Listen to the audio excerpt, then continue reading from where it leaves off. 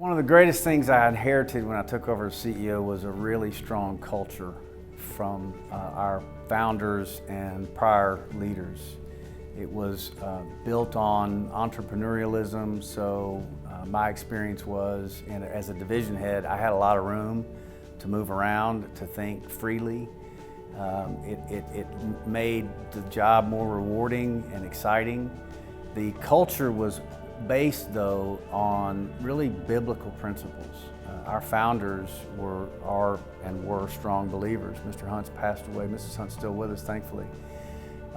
And they come from a very grassroots way of life and way of thinking, and have been very outspoken inside the company in the early days about their faith, and haven't been ashamed of it, and we're not ashamed of it today.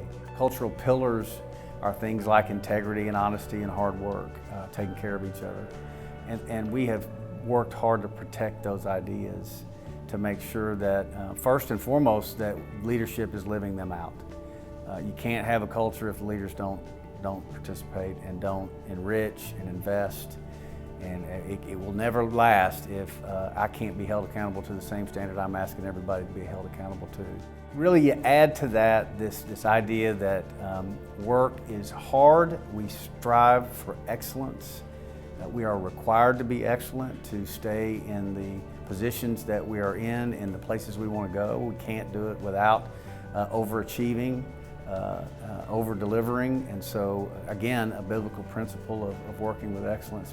When you add that to taking care of each other, where even back to the early days when the Hunts would share profits, that was a way of them taking care of their employees. When we'd have a good year, everybody got to participate. I remember in my very early time as a sales rep in Dallas getting, I think it was a $3,000 or $4,000 bonus check.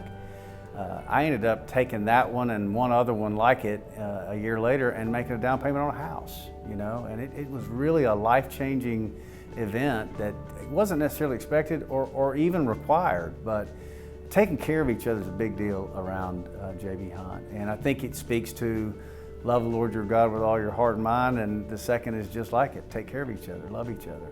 I think that we wrap the culture in a sense of family, a sense of togetherness, and we have a little fun.